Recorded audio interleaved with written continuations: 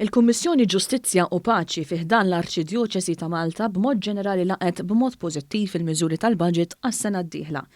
Fi-stqarrija l-Kummissjoni nnotat b'sodisfazzjon li hemm ħafna inizjattivi soċjali fosthom iż-żieda fil-pensjonijiet u l-introduzzjoni ta' mekkaniżmu biex dawk milquta jieħdu kumpens ogħla mill-għoli tal-ħajja. Il-Kummissjoni semmit ukoll li l-baġit li ressaq il-Gvern fih ħadd ta' inizjattivi pożittivi favur l-ambjent.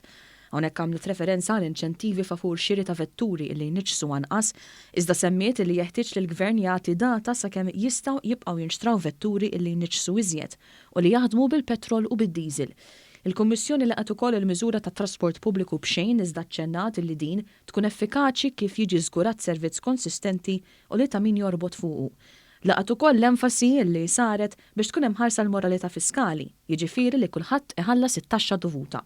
Il-Kummissjoni semmiet ukoll l-aħbar li ntqalet fil-budget fejn hu mistenni li jitwaqqaf ċentru ta' riabilitazzjoni fil-faċilità korrettiva ta' Kordin.